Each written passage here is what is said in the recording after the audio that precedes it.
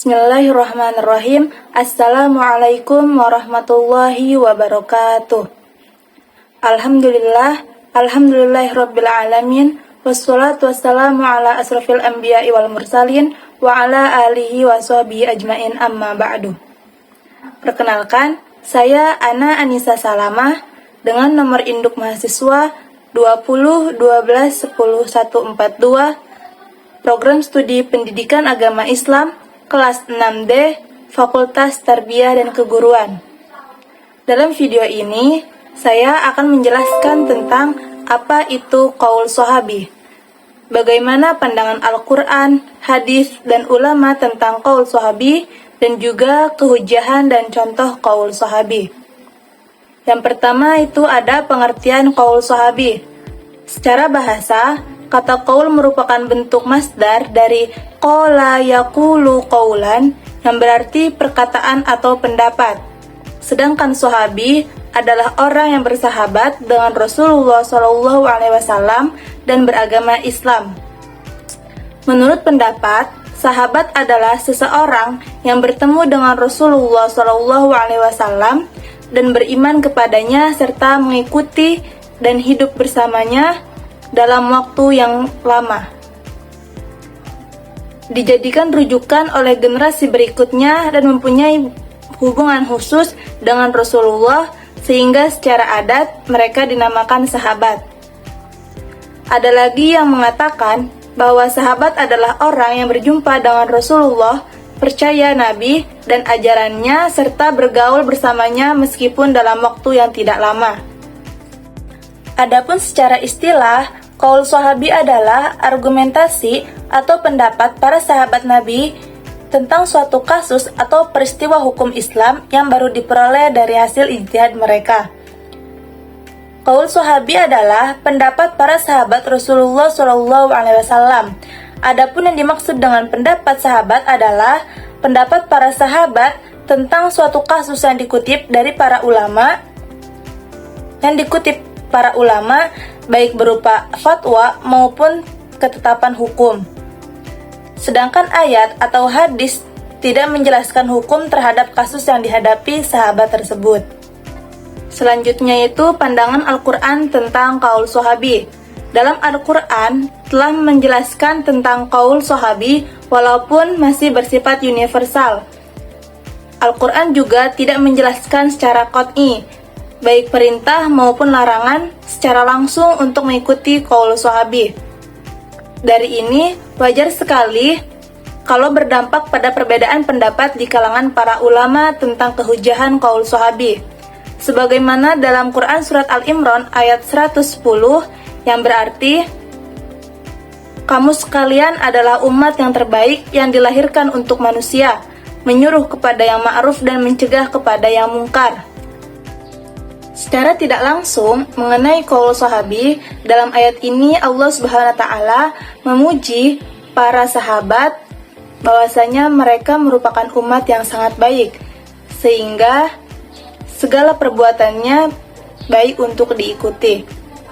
Adapun selanjutnya yaitu pandangan dari hadis tentang qaul sahabi. Adapun hadis yang diriwayatkan Abu Daud menjelaskan ashabi kan nujum bi ayyihim ahtadaitum, yang artinya para sahabatku bagaikan bintang-bintang, siapapun di antara mereka yang kalian ikuti maka kalian akan mendapat petunjuk. Dari hadis riwayat Abu Daud ini memberikan pemahaman bahwa semua sahabat Rasulullah dapat dijadikan petunjuk tanpa terkecuali. Dengan demikian, umat Islam bisa mengikuti pendapat semua sahabat dan tidak hanya tertentu pada sahabat Khulafaur Rasyidin maupun sahabat lainnya. Selanjutnya yaitu pandangan ulama tentang qaul sahabi. Nah, mengenai pandangan ulama tentang qaul sahabi terdapat beberapa pendapat. Yang pertama yaitu fatwa tersebut mereka dengar langsung dari Rasulullah SAW. Dan yang kedua, fatwa tersebut mereka dengar dari sahabat yang mendengarkan fatwa dari Rasulullah SAW. Yang ketiga, fatwa tersebut mereka fahami dari ayat-ayat suci Al-Quran yang tidak jelas. Yang keempat, fatwa tersebut telah mereka sepakati akan tetapi hanya disampaikan oleh seorang mufti. Jika melihat klasifikasi metode istinbat atau dalil hukum yang terdapat dalam ilmu usul fikih, qaul sahabi termasuk dalam kategori dalil yang berorientasikan pada teks, bukan pada ro'yu. Jika seseorang berpegangan pada qaul sahabi, artinya dia mengikuti pendapat hasil ijtihad dari salah seorang sahabat Nabi secara tekstual, berbeda dengan penggunaan dalil seperti qiyas atau maslahah yang cenderung berorientasikan pada ro'yu. Jenis dalil hukum lainnya yang berorientasikan pada teks antara lain Al-Quran, Sunnah, dan Ijma. Selanjutnya yaitu ada kehujahan qaul sahabi. Kehujahan qaul sahabi di sini terdapat ulama yang menerima dan juga ada ulama yang tidak menerima. Adapun golongan ulama yang menerima kehujahan qaul sahabi, yang pertama ada Imam Malik, ada Imam Ar-Razi, Hanafiyah, Syafi'i, Ahmad bin Hambal, yaitu pendapat terkuat.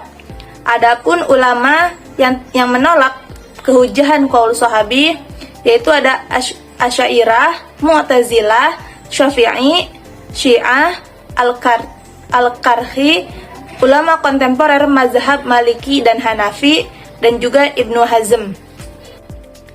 Yang terakhir di sini ada contoh-contoh dari qaul sahabi. Di sini terdapat beberapa contoh tentang qaul sahabi. Yang pertama yaitu pengumpulan dan pencatatan Al-Quran oleh Abu Bakar atas usul Umar bin Khattab setelah beberapa penghafal Al-Quran banyak yang syahid di medan perang. Yang kedua, ketika Umar bin Khattab membahas tentang orang yang terbunuh dan pembunuhan itu dilakukan lebih dari satu orang, maka semua pelaku pembunuhan itu dikenai hukuman atau qisas. Yang ketiga,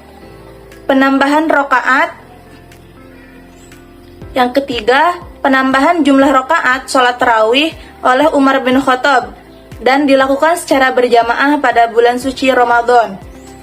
Yang keempat, fatwa Siti Aisyah yang menjelaskan batas maksimal kehamilan seorang perempuan selama 2 tahun.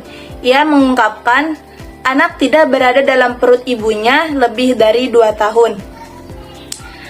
Dan yang terakhir, yaitu fatwa Anas bin Malik yang menerangkan tentang masa minimal seorang wanita haid, yaitu selama 3 hari. Mungkin itulah yang dapat saya sampaikan.